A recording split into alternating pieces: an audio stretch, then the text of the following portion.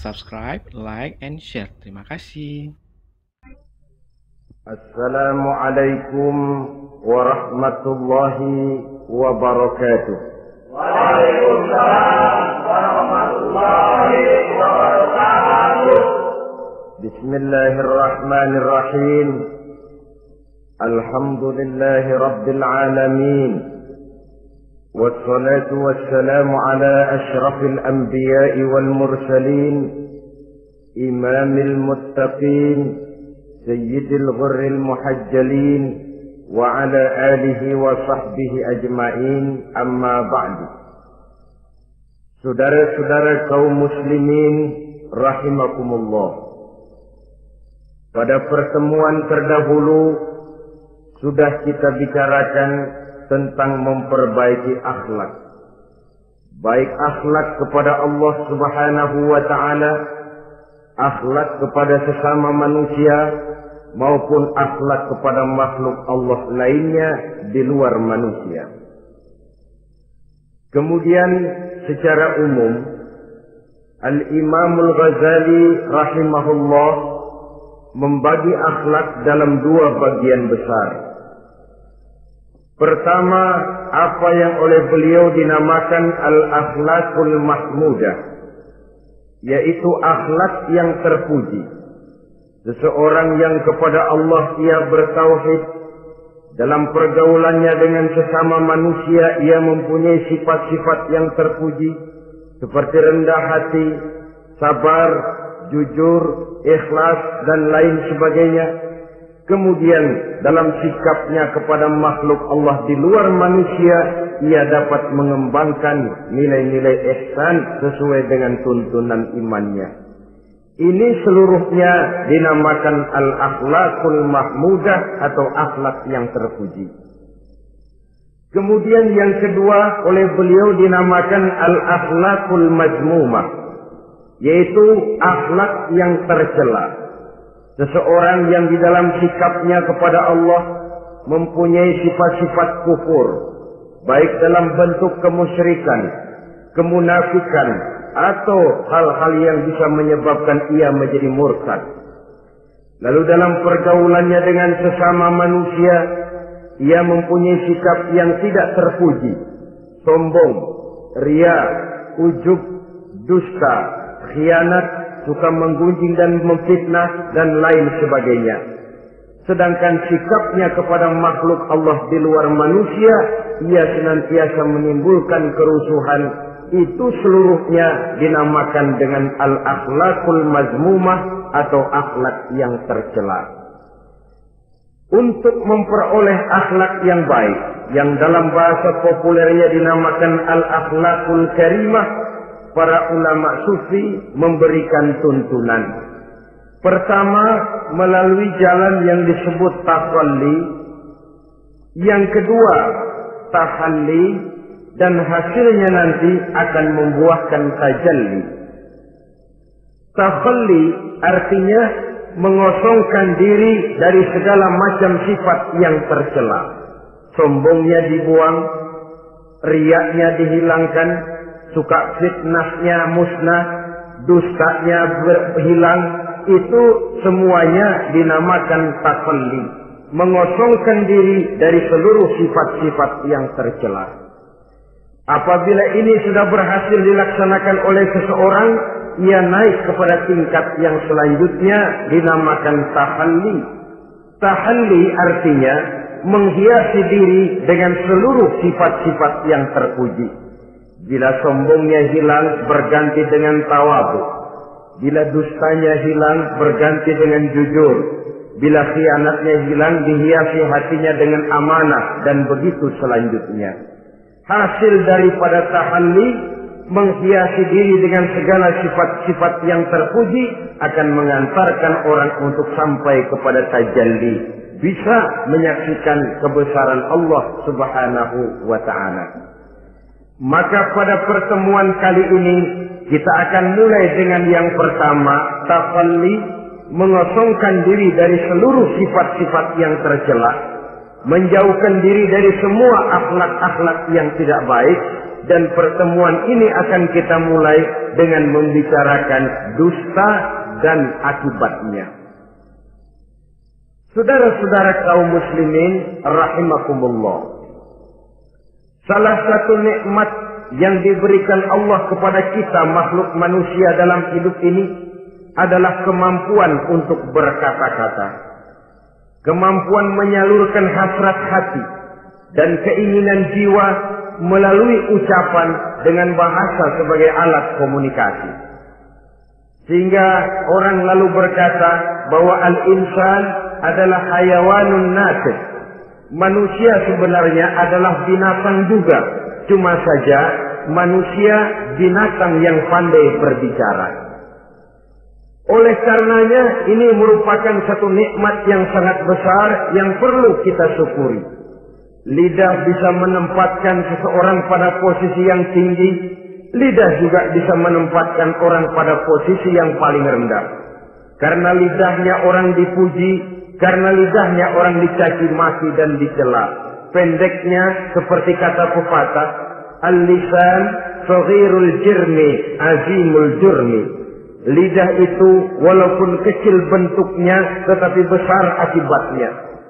Hampir sebagian besar dari kesulitan-kesulitan yang menimpa manusia pada mulanya disebabkan oleh lidahnya. Sehingga pepatah mengatakan salamatul insan fi hifdzil lisan. Manusia akan selamat apabila dia pandai menjaga lidahnya. Seperti orang kita bilang, lidah tidak bertulang. Artinya bicara kadang-kadang demikian enak, bicara kadang-kadang demikian nikmat, tidak terasa akan membawa akibat yang tidak pernah kita perhitungkan sebelumnya. Oleh karenanya, salah satu yang menyebabkan manusia bisa turun nilai kemanusiaannya apabila dia telah mempergunakan lidahnya untuk suatu yang lazimnya kita namakan dusta. Apa sebenarnya dusta itu? Dikatakan al-kadzib huwa adamu mutabaqatil khabar lil waqi'. Dusta ialah tidak adanya persesuaian antara berita dengan kenyataan. Itu yang dinamakan dusta. Berita tidak sesuai dengan kenyataannya. Nah, bentuknya bisa mengada-ada, bisa menambah-nambah, ataupun mengurang-ngurang. Itu bentuk-bentuk daripada tidak sesuainya berita dengan kenyataan. Mengada-ada, yang tidak ada diada-adakan, itu jelas merupakan dusta. Kemudian menambah-nambah, beritanya sebenarnya cuma 1 meter, tapi disampaikan orang kepada kita 5 meter, yang 4 meter tambahan. Disitulah kemungkinan terjadinya penyusupan-penyusupan berupa dusta adanya. Ataupun mengurang-urang. Beritanya sebenarnya 8 meter, sampai ke kita cuma 2 meter. Yang 6 meter berita itu dikorup. Itu juga sudah bagian tersendiri daripada yang dinamakan dusta. Oleh karenanya kita harus berusaha. Pertama dari sifat mengada-ada. Yang tidak ada diada-adakan. Itu jelas dusta. Dan ini pekerjaan paling enak memang. Orang seakan-akan terpesona. Orang seakan-akan kagum. Padahal kita mengada-ada. Barang yang tidak ada diada-adakan. Rasul juga pernah, saudara-saudara. Tapi bernada seperti ini, namun jujur. Satu saat beliau sedang duduk. Ada seorang perempuan mengendarai onta. Sudah tua sekali ontanya. Lalu Rasul bangun menegur orang tadi. Bu, kenapa naik anak onta, katanya. Perempuan ini bilang, ya Rasul, yang saya kendarai ini bukan anak onta, tapi biang onta. Begitu. Iya, tapi dia punya ibu kan? Onta ini punya. Nah, kalau dia punya ibu kan artinya dia anak juga. Ya memang. Nah, kalau begitu kan artinya ibu memang naik anak onta. Lah ya iya kalau itu sih. Kelihatannya mengada-ada, tapi memang benar begitulah adanya. Gurau untuk menghidupkan suasana, tapi tidak terlalu berlebih-lebihan. Yang kedua jenis daripada dusta itu menambah-nambah. Ini juga paling enak. Orang sering bilang, kalau kita ngirim duit, jangan harap kurang, jangan harap tambah. Tapi kalau kita ngirim berita, jangan harap kurang. Duit kita kirim kepada orang, jangan harap tambah. Kurang, jangan harap kurang. Atau jangan harap tambah, kurang bisa. Tapi kalau berita kita kirim kepada seseorang, jangan harap kurang itu berita, nambah bisa. Atau kemudian mengurang-urang, ini juga termasuk jenis daripada dusta. Baik mengada-ada atau menambah-nambah, kemudian mengurang-urangi, seluruhnya merupakan pekerjaan yang paling enak. Kita anggap sesuatu yang biasa, padahal akibatnya nanti akan menjadi luar biasa. Saudara-saudara kaum muslimin rahimakumullah. Apa bahaya dusta dalam kehidupan manusia? Pertama, bagi dirinya sendiri. Orang yang berdusta sebenarnya sudah membahayakan dirinya sendiri. Apa bahayanya? Pertama, ia akan dikucilkan dari pergaulan. Sekali dia berdusta, orang mungkin masih percaya. 2 kali dia berdusta, orang mungkin masih bisa mentolerir. 3 kali dia berdusta, orang ngecap. Ini memang udah wataknya nih. Hobi dah kalau begini. Akhirnya dia dikucilkan dari pergaulan. Lain hari, walaupun dia serius bicara, orang nggak lagi nanggapin sebagaimana yang semestinya. Dikucilkan dari pergaulan. Akibat apa? Akibat dari dusta yang dilakukannya. Akan merugikan dirinya sendiri. Ada satu cerita, saudara. Seorang pengembala kambing sedang mengembalakan kambing di tanah lapang. Satu hari iseng dia sendirian. Ini orang kampung pengen tahu dibohongin. Teriak dia, tolong ada serigala, ada serigala. Mendengar teriakan ini karuan, satu kampung orang nyaris keluar semua. Yang bawa pentungan, yang bawa golok, yang bawa pisau. Mana serigalanya mana? Ini pengembala tadi nyengir. Kagak ada. Gue bohongin lo. Sudah, pulanglah orang kampung ini. Sekali, besoknya begitu lagi. Keluar lagi orang kampung, ternyata juga tidak ada serigala. Pada hari yang ketiga, serigalanya benar-benar datang. Si pengembala tadi pucat, lalu teriak-teriak, tolong ada serigala datang. Nah orang kampung udah nandain. 2 kali kita dibohongin, ini paling dia bohong lagi. Satu pun tidak ada orang kampung yang keluar untuk menolong. Akhirnya kambingnya habis dimakan oleh serigala. Yang rugi dirinya sendiri. 1 kali dia bohong, orang percaya mungkin. 2 kali dia bohong, orang masih tolerir. 3 kali dia bohong, orang nandain. Terkucil dari pergaulan akibat daripada perbuatan dusta. Oleh karenanya saya yakin tidak seorang pun di antara kita yang suka berteman dengan seorang pendusta. Karena apa? Seorang pendusta tidak akan segan-segan menjual temannya sendiri. Mengkambing hitamkan temannya sendiri. Artinya juga merusak pergaulan di dalam kehidupan ini. Penyakit yang bahaya yang kedua bagi diri orang yang berdusta itu sendiri, sifat dusta menyuburkan watak munafik. Nabi bersabda, ayatul munafiqi salatun. Tanda-tanda orang munafik itu ada 3. Tandanya, biasanya kalau tandanya ada, ya munafiknya insya Allah ada. Apa tanda orang munafik itu? Pertama, iza haddatsa kadzdzaba. Apabila berbicara selalu bohong. Belum pernah kalau bicara nggak bohong. Bohong itu sudah jadi lalapnya. Artinya nggak sumbrah ngomong kalau nggak dicampuri bohong. Seperti kurang enak makan kalau tidak pakai lalap. Ada saja bohong yang dibuat-buatnya. Ini ciri atau tanda daripada orang-orang munafik. Apabila berbicara selalu berdusta. Satu. Yang kedua, wa iza wa'ada akhlafa.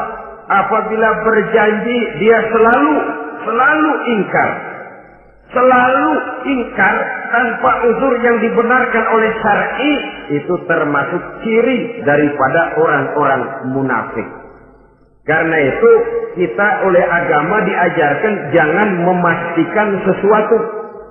Pernah Rasulullah ditegur oleh Allah Subhanahu wa taala ketika datang orang bertanya, "Ya Rasul, Ashabul Kahfi itu sebenarnya berapa orang jumlahnya?" Ada yang bilang 5 orang, 6 dengan anjingnya.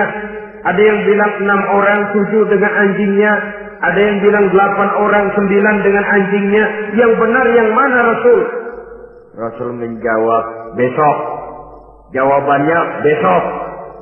Kenapa Rasul berani mengatakan jawabannya besok? Sebab beliau ngandelin.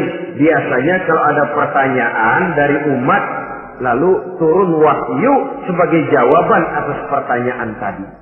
Sudah. Besoknya dari pagi Rasul nunggu wahyu turun. Enggak turun. Besok nunggu lagi. Enggak turun juga. Bingung. Sekali turun malah negur beliau. Wala taqulanna li syai'in inni fa'ilu dzalika ghadan illa ayyasha Allah. Kalau belum apa-apa Muhammad jangan berani ngeduluin. Besok. Semuanya hanya bisa terjadi dengan izin Allah. Illa ayyasha Allah. Oleh sebab itu harus diawali dengan insya Allah. Insya Allah besok saya pasti datang. Insya Allah ya karena kita beriman kepada Allah. Kepastian di tangan Allah. Pastinya karena kita memang berniat benar ingin datang. Kita kadang-kadang insya Allah ini jadi lalap sih. Asal dia bilang insya Allah udah tulen kagak mau dah. Besok ya, insya Allah enggak ya. Ini salah kaprahnya kita, saudara-saudara. Yang ketiga, ciri daripada orang munafik itu wa iza tumina khana. Apabila dipercaya ia selalu berkhianat. Tidak pandai menjaga amanah dalam kehidupan ini. Tidak boleh mendapat satu kepercayaan lalu dikhianatinya kepercayaan itu. Maka jangan lupa bahwa kita diberikan lidah, kita diharuskan memelihara lidah. Dengan apa? Menjaganya daripada sifat-sifat dusta. Apabila berjanji, kita berusaha menepati. Apabila dipercaya, kita berusaha menjaga amanah. Kenapa? Mencari kepercayaan itu sulit, saudara. Tetapi memelihara kepercayaan itu jauh lebih sulit. Apalagi kalau yang bernama rahasia. Rahasia itu memang selama masih ada dalam hati. Kalau sudah kita bicarakan kepada orang lain, itu sudah bukan rahasia lagi sifatnya. Memang sih pada mulanya kita bisa ngomong. Nih gue ngomong begini nih sama lu doang nih. Lu jangan ngomong-ngomong sama yang lain ya. Nanti yang kita ajak ngomong lagi sama orang lain. Nih sama lu doang nih. Jangan ngomong-ngomong sama yang lain. Akhirnya kan terus sampai walaupun setiap kali ngomong mesti cuman malu doang nih ya. Tapi akhirnya tuh beritanya jadi merata menjalar. Kenapa? Rahasia adalah apa yang ada di dalam hati. Jikalau sudah kita bicarakan kepada orang, sudah bukan rahasia lagi namanya. Apalagi sifat manusia. Kalau dia lagi seneng sama kita, jangankan perbuatan kita yang baik, perbuatan kita yang salah pun masih dibenarkannya juga. Tapi kalau dia sudah jengkel sama kita, jangankan kita main judi, kita ngaji masih salah. Itu kalau orang sudah nggak senang itu ya begitu. Dia benci sama kita. Jangankan kita main judi, kita baca Quran masih salah. Tapi kalau dia senang sama kita, hampir matanya itu hilang dari penilaian-penilaian yang objektif. Oleh karenanya sifat dusta menyuburkan sifat kemunafikan di dalam diri seseorang, yang di antara tandanya tadi iza haddasa kadzaba, apabila berbicara ia selalu berdusta. Kemudian bahaya yang ketiga, orang yang selalu berdusta jauh dari ketenangan. Sebab apa? Pada saat kita mendustai seseorang, orang itu mungkin percaya, tapi makin dia percaya, makin tersiksa batin kita. Kenapa? Hati kita sendiri ngomong, lu percaya kok gue bohongin? Kita sendiri tahu bahwa kita bohong. Itu yang menyiksa batin. Jauh dari ketenangan. Apalagi akan timbul satu sifat was-was. Ntar dia tahu. Bagaimana kalau rahasia ketahuan? Bagaimana kalau dia tahu saya bohong? Ini akan menyebabkan seseorang jauh dari ketenangan hidup. Makin rajin dia berdusta, makin tersiksa jiwanya. Lain kalau hatinya sudah mati. Dusta memang sudah jadi profesinya, kebiasaannya. Tidak merasa menyesal, tidak merasa berbuat salah. Dusta itu sudah jadi hobi. Sehingga enak saja. Hati sudah jadi mati kalau sudah begitu. Dan sepanjang hati sudah jadi mati, itulah yang paling kita khawatirkan. Artinya nilai kita adalah bangkai berjalan dalam pandangan Allah Subhanahu wa ta'ala. Saudara-saudara kaum muslimin rahimakumullah. Oleh karenanya membahayakan diri sendiri dusta itu. Yang kedua, berbahaya bagi masyarakat banyak.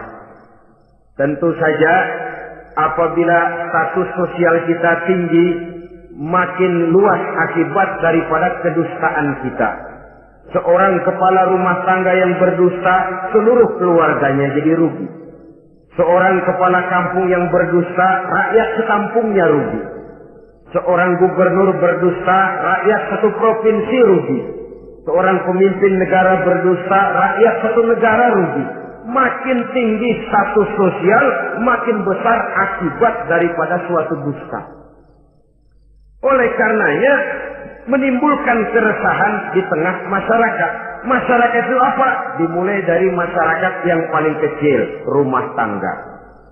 Kalau satu rumah tangga sudah diwarnai oleh sesuatu yang bernama dusta, maka ketenangan, ketentraman, kebahagiaan rasanya akan sulit terwujud di dalam rumah tangga itu sendiri.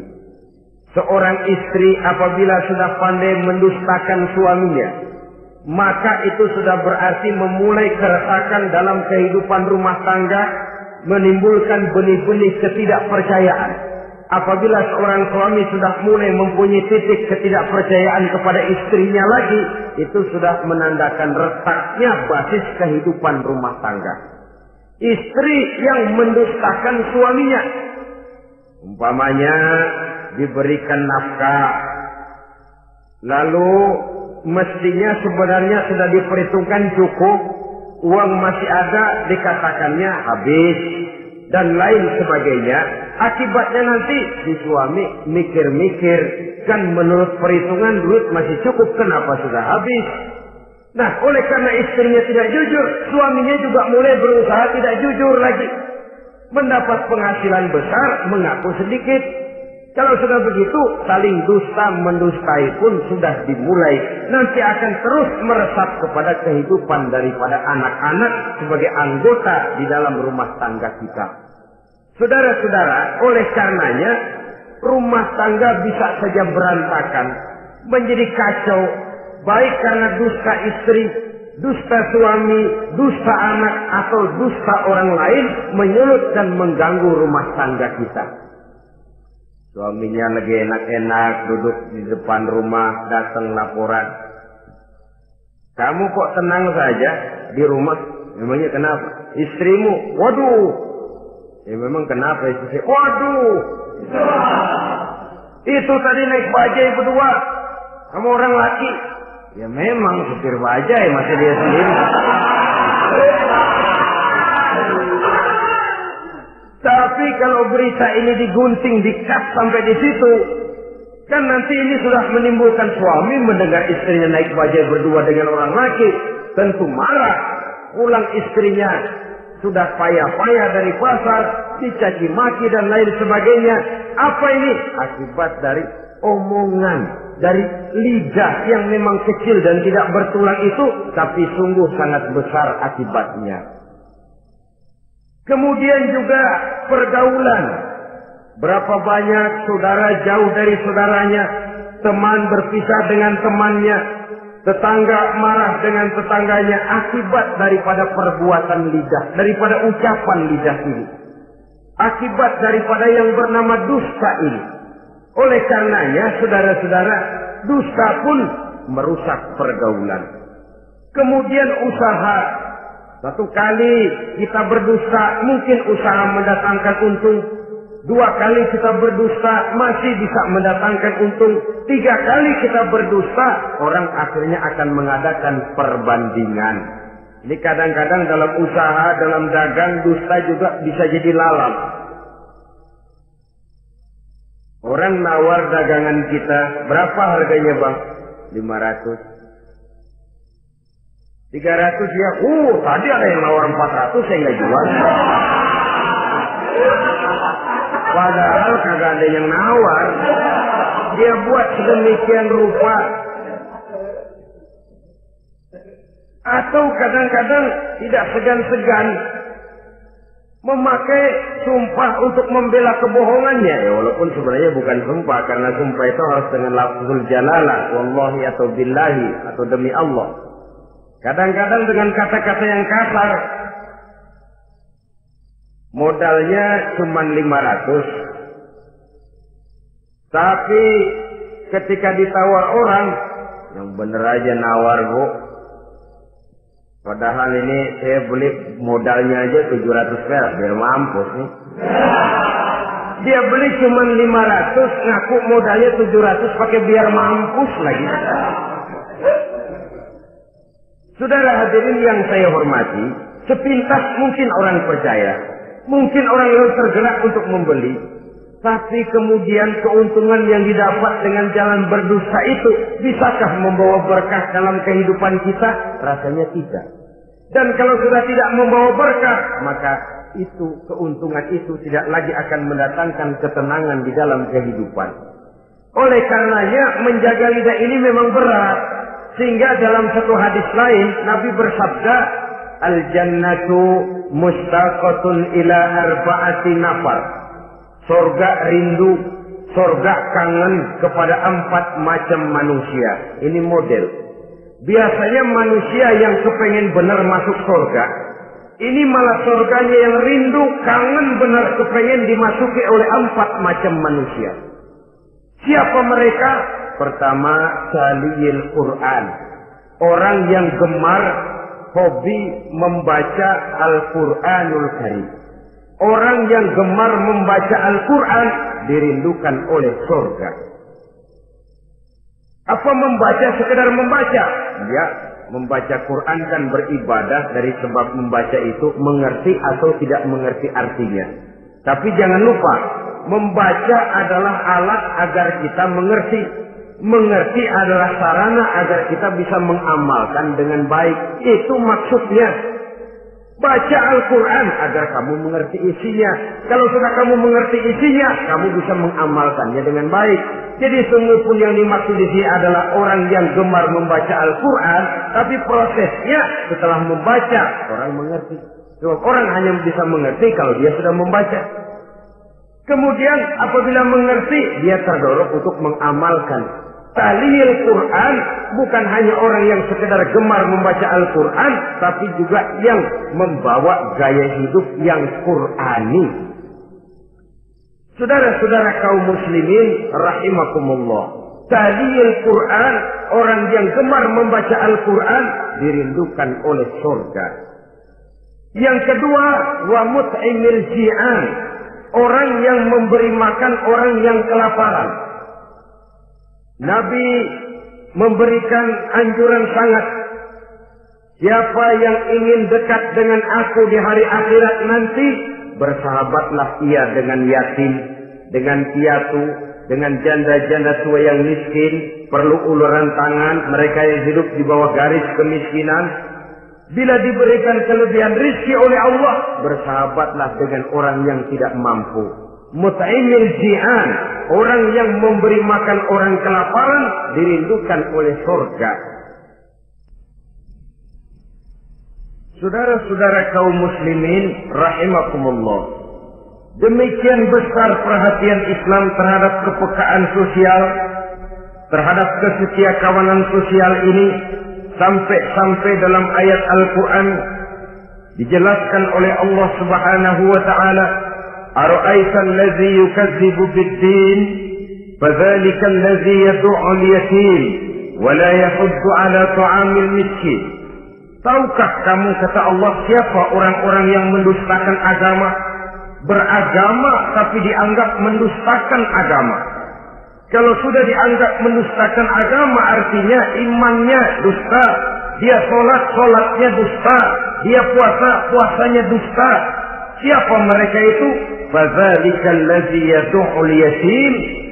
Mereka orang-orang yang meninggalkan, menyia-nyiakan anak-anak yatim, wala yahuddu ala ta'amil miskin, dan tidak memerintahkan untuk memberi makan kepada orang-orang miskin. Kepada yatim kejam, sadis, tidak punya kemanusiaan sama sekali. Maka mungkin kita yang rajin sholat, mungkin kita yang sudah 4-5 kali berhaji, bisa saja terhalang masuk surga. Karena di sebelah rumah kita ada anak yatim piatu, merintih kelaparan, menggigil kedinginan. Kita tahu kita mampu dan kita diam saja, tidak mau memberikan pertolongan. Itu yang mungkin bisa menghalangi kita untuk sampai ke surga. Oleh karenanya, salah satu jenis manusia yang dirindukan oleh surga, mut'imil ji'an, orang yang memberi makan orang yang kelaparan. Yang ketiga, orang yang dirindukan oleh surga, wasa'imina fi Ramadan, orang yang melaksanakan ibadah puasa di bulan suci Ramadan. Dan yang keempat, ini yang ada kaitannya dengan masalah kita, wa hafizil lisan.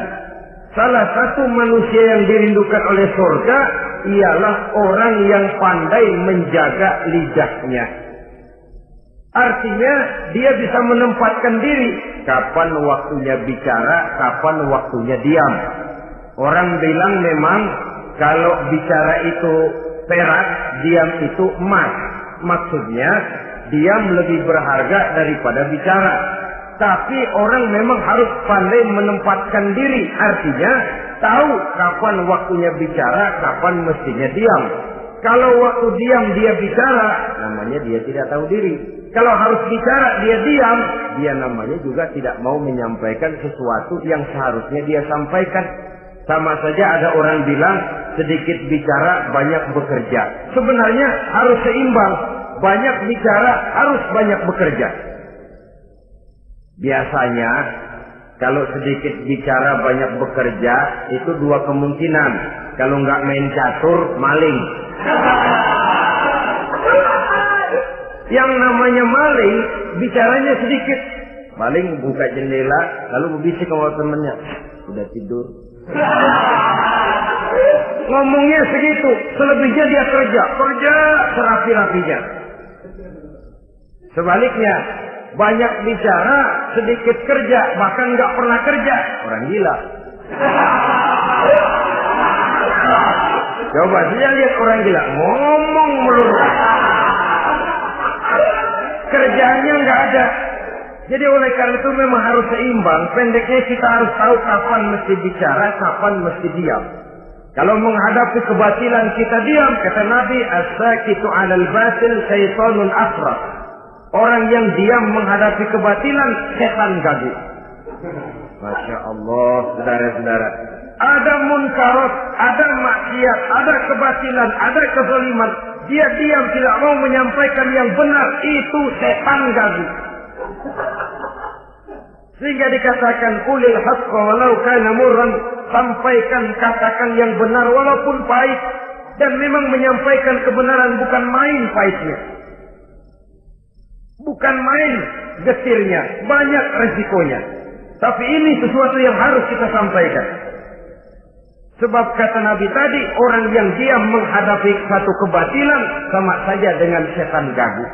Orang yang pandai menjaga lidahnya dirindukan oleh surga. Dan ini walaupun kelihatannya pekerjaan ringan, kecil, berat, saudara-saudara. Bahkan diceritakan Nabi Ibrahim itu pernah nangis di hadapan Allah Subhanahu wa Ta'ala.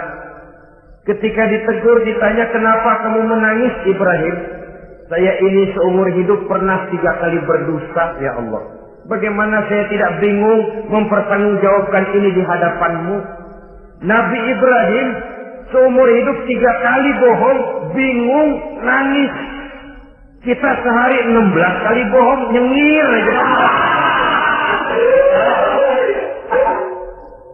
Nggak ada bingungnya, emang hobi. Kalau nggak bohong, puyeng palanya.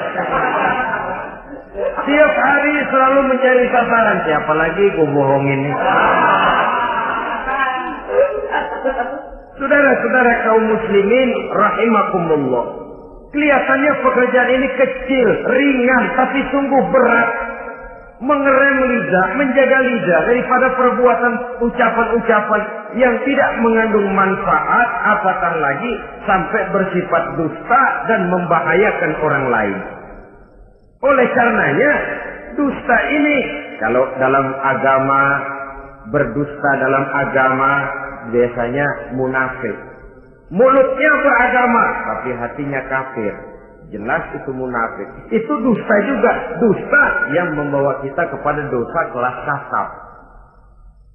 Ya kalau kita mendustai teman, memang dosa. Dosa yang nilainya tidak sebesar kalau kita mendustai agama. Tapi sungguh pun demikian, dosa kecil-kecil juga kalau ditumpuk banyak juga. Padahal kata Imam Ghazali, hati itu seperti kaca. Dosa itu debu yang nempel di kaca. Kalau debu-debu itu terus numpuk, kita males ngelapnya, males ngebersihinnya. Jadi satu berkarat di kaca, susah banget ngebersihinnya. Coba kaca kalau udah karatan, pakai silet kita gosok, setengah mati. Begitu juga perbuatan dosa. Kalau kita senang dusta, biarinlah dosa kecil. Bohong lagi, bohong lagi, bohong lagi. Numpuk berkarat di hati itu dosa. Nah hati itu kalau sudah dilingkungi oleh karat, nur, cahaya kebenaran itu sulit untuk masuk. Karena dia sering berdusta, orang lain dianggap sama juga sama dirinya. Ini yang silakan. Oleh karenanya timbul sifat menyamakan orang lain dengan keadaannya sendiri. Dikala itu hati yang sudah penuh dengan noda-noda dosa itu sudah berkarat sehingga sulit untuk dibersihkan lagi. Itu sebabnya Nabi berpesan, ittaqillaha haitsu ma kunta wa atbi'is sayyi'atal hasanata tamhuha wa khaliqin nasa bi khuluqin hasanin. Bertakwalah kamu kepada Allah dimanapun saja kamu berada. Bertakwa dimanapun saja kamu berada. Di pasar takwa kita, di kantor takwa kita, di masjid takwa kita, di rumah tangga bertakwa kepada Allah dimanapun saja kamu berada. Kita sih kadang-kadang takwa juga, cuman musinan. Takwa kita pakai tempat. Asal lagi duduk di masjid, dengerin pengajian, denger kiai pidato, manggu takwa bener. Aduh. Keluar dari masjid, teler aja lagi.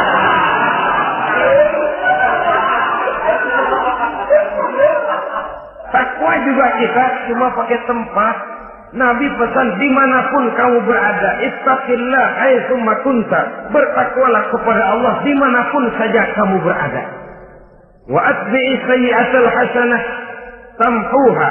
Ikuti perbuatan salahmu dengan kebaikan, niscaya kebaikanmu akan menghapus kesalahan yang kamu kerjakan. Kalau sadar kita, ya Allah tadi berdusta, astagfirullah, perbanyak istighfar. Ikuti. Jadi begitu tuh kaca kena debu, lap. Kena debu lagi, dilap lagi. Kena debu, dilap lagi. Insya Allah tidak sampai berkarat. Jangan lalu nunggu. Ntar aja dah taubat, udah tua-tuaan dikit. Kayaknya umur dia yang ngatur. Saudara-saudara, oleh karenanya ikuti perbuatan salah dengan kebaikan. Terselip kita berbuat salah, iringi dengan sedekah. Terselip kita melakukan dosa, iringi dengan istighfar. Melihat sesuatu yang haram, astagfirullahaladzim. Lalu dipalingkan, jangan mulut astagfirullah, mata melotot terus.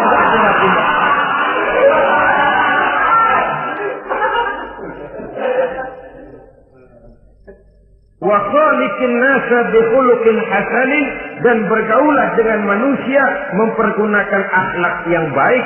Ini pesan daripada Rasulullah sallallahu alaihi wasallam.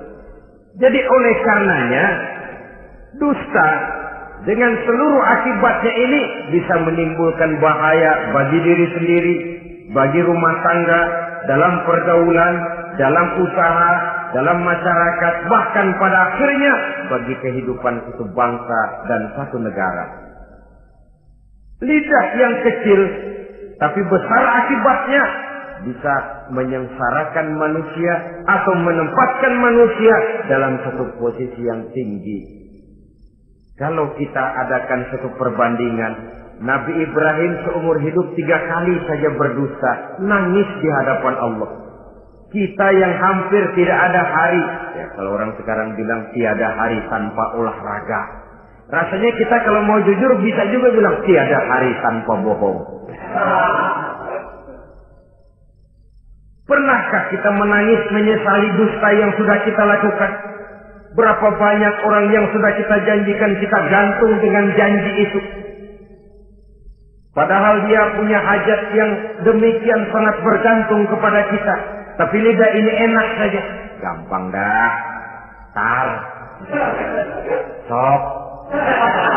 Gampang dah itu mah. Beres dah beres.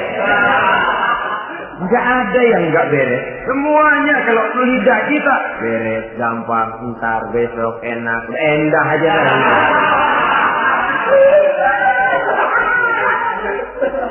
Habis orang kita gantung dengan harapan. Padahal kita tidak bermaksud memberikan harapan itu. Sementara kita melangkah melenggang dengan senyum, sedang orang lain menggerutu.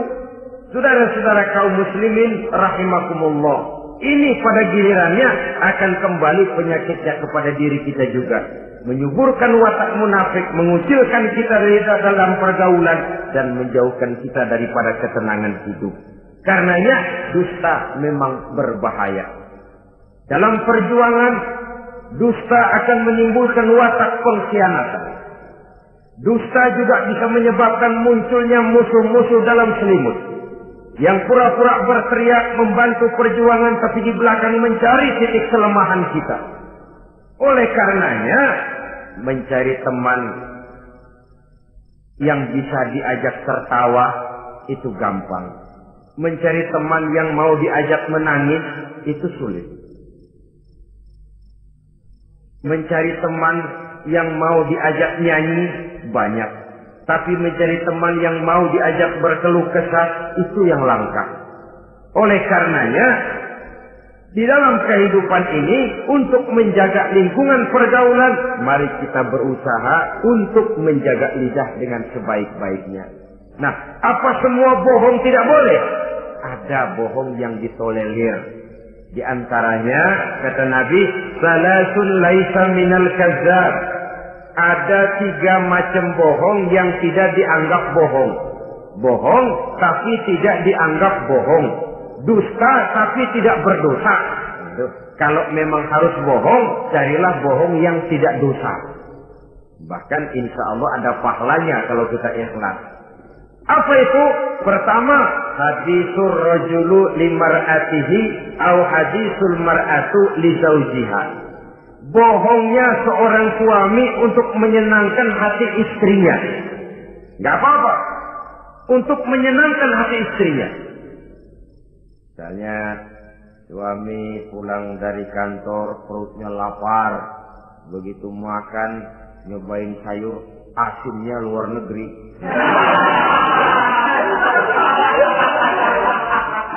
Baru dicobain sedikit, suaminya udah celam-celam, melotot matanya. Istrinya negor, "Bang, sayur keasinan ya?" Enggak. Soal keasinan bagus. Cuma tadi di kantor saya sudah diajak makan oleh teman, jadi masih kenyang. Simpan sajalah, nanti sore kita baru makan. Lapar, kesel, jongkok, tapi karena mau menyenangkan istri. Enggak. Atau sama saja dustanya seorang istri untuk menyenangkan hati suaminya. Bisa saja itu terjadi. Suaminya beli sendal buat istri. Mahal, padahal murah, kena mahal. Warnanya gak enak dilihat, potongannya norak. Suami istri tahu kalau itu sendal murah. Suaminya tanya, "Bagaimana, Bu, sendal yang saya beli?" Waduh, cakep bener, Bang. Luar biasa. Tangga kita mana ada yang pakai sendal begitu. Memang kagak ada, jelek.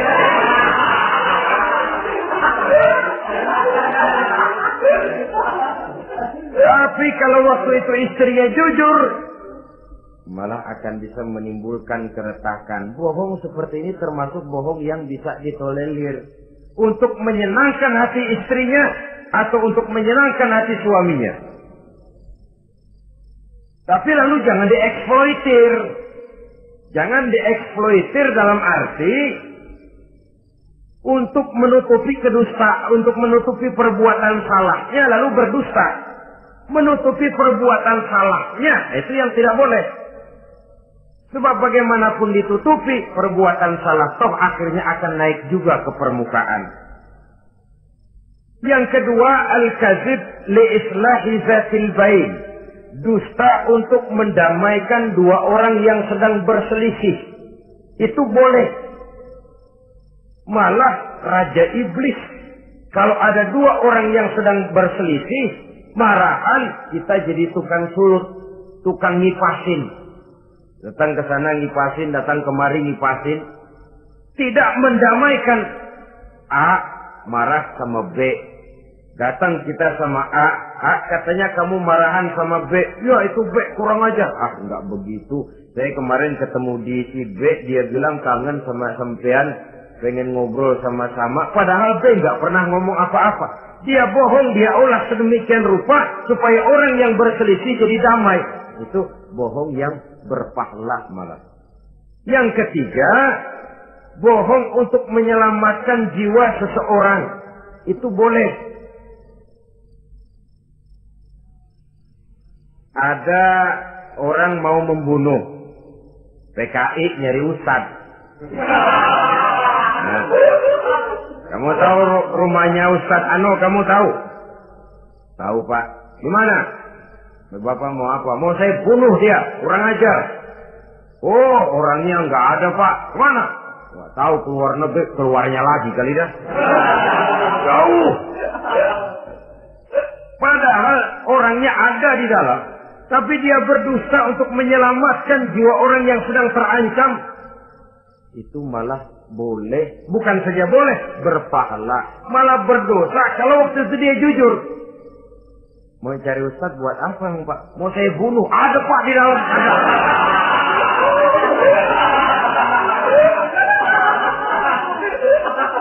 Sentimen, kalau perlu saya bantuin, Pak, ada.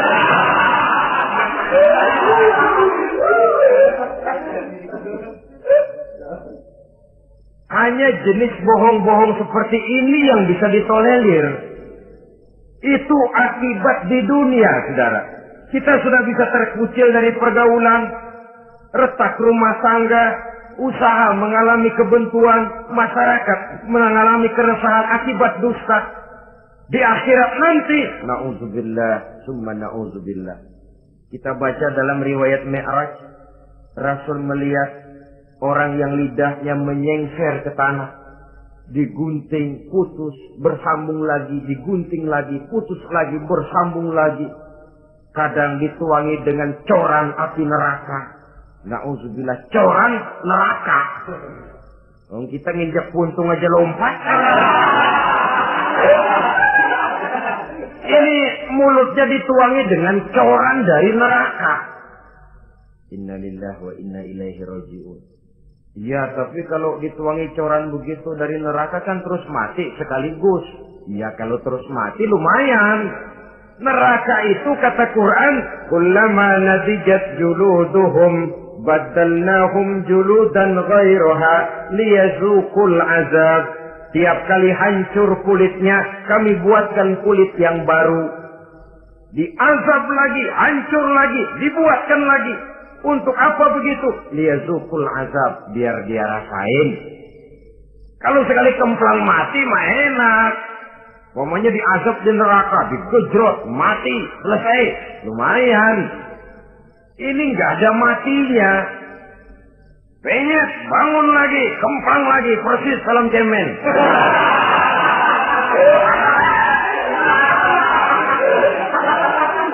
Cuma kalau film cemen mah film, dan itu jelas dusta, di neraka orang tidak kenal mati.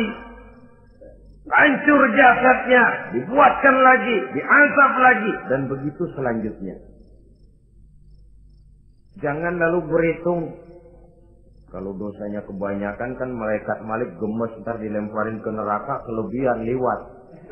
Jadi nggak mampir di neraka. Ya nggak mungkin, saudara-saudara. Tiap kali hancur kulitnya, diganti dengan kulit yang baru. Untuk apa itu? Liyazuqul azab. Biar dia rasakan benar azab itu. Allahu Akbar. Sudah di dunia dia mendapat akibat yang sedemikian rupa dan punya akibat buat yang lain. Di akhirat nanti dia akan menanggung azab. Apalagi kalau dustanya sampai membuka aib saudaranya sendiri. Dusta untuk menelanjangi orang lain.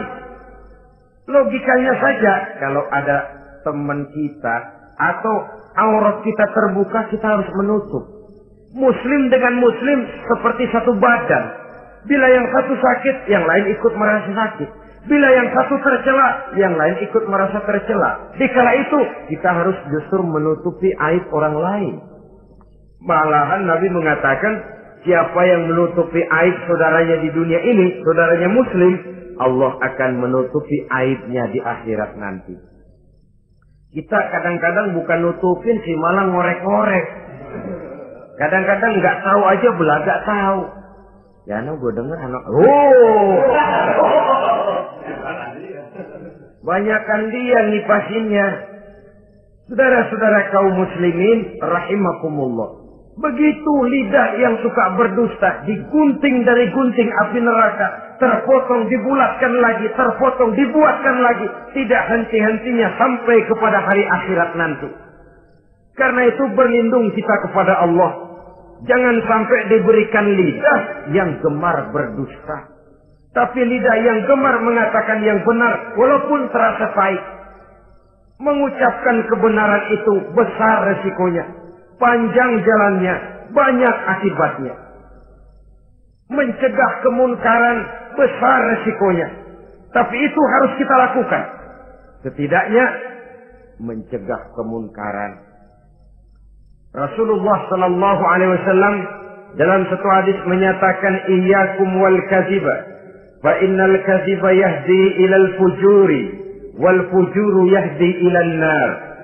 Hati-hatilah kamu daripada sifat dusta, sebab sesungguhnya dusta membawa kepada perbuatan durjana dan perbuatan durjana menggiring orang kepada neraka.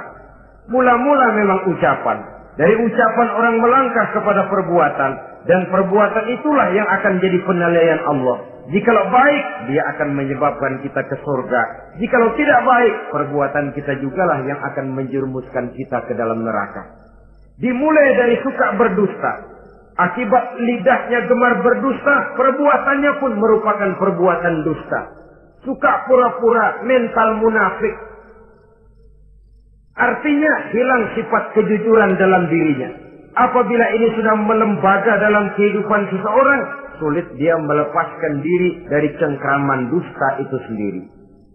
untuk jangka pendek di dunia ini maupun jangka panjang di akhirat nanti, dusta hanya akan membawa malapetaka bagi diri yang bersangkutan dan juga bagi orang lain. Benar kalau tadi pepatah mengatakan salamatul insan fi hifdzil lisan. Bahkan ada yang bilang kalau lidah lukai hati, kalau pedang lukai tubuh, masihkan ada harapan sembuh. Kalau lidah lukai hati, kemana obat hendak dicari? Kita tampar orang dengan tangan 2-3 hari, 2-3 jam bahkan sudah hilang bekas tamparan itu. Tapi kita tampar orang dengan lidah, dengan ucapan, seumur hidup dia akan tetap ingat. Kita bohongi orang, kapan ketemu dia ingat nih, dia nih. Nih yang kerjanya bohongin melulu. Gimana aja ada bohongnya. Kalau sudah dicap sebagai pendusta, kita memang nggak tahu, tapi tiap kita jalan orang iringi perjalanan kita. Pembohong, pembohong, pembohong. Saudara, masyarakat ini punya hukum yang tidak tertulis, tapi lebih kuat dan lebih kejam daripada hukum yang tertulis. Sehingga lalu orang mengatakan, sekali arang tercoreng di dahi, seumur hidup orang tak percaya. Ini artinya hukum masyarakat itu lebih kejam daripada hukum yang tertulis. Sekali kita dicap sebagai pendusta, lain kali kita mau benar-benar banget juga. Aku benar-benar banget ini, sumpah dah. Alah, sumpah lo udah lalap dah, udah laku. Ya Allah, kita sumpah pun orang gak percaya. Ya, kalau binatang kita pegang ekornya, barangkali. Tapi kalau orang jelas omongannya yang kita pegang. Nah, kalau omongannya sudah nggak bisa dipegang, apanya lagi yang kita harapkan?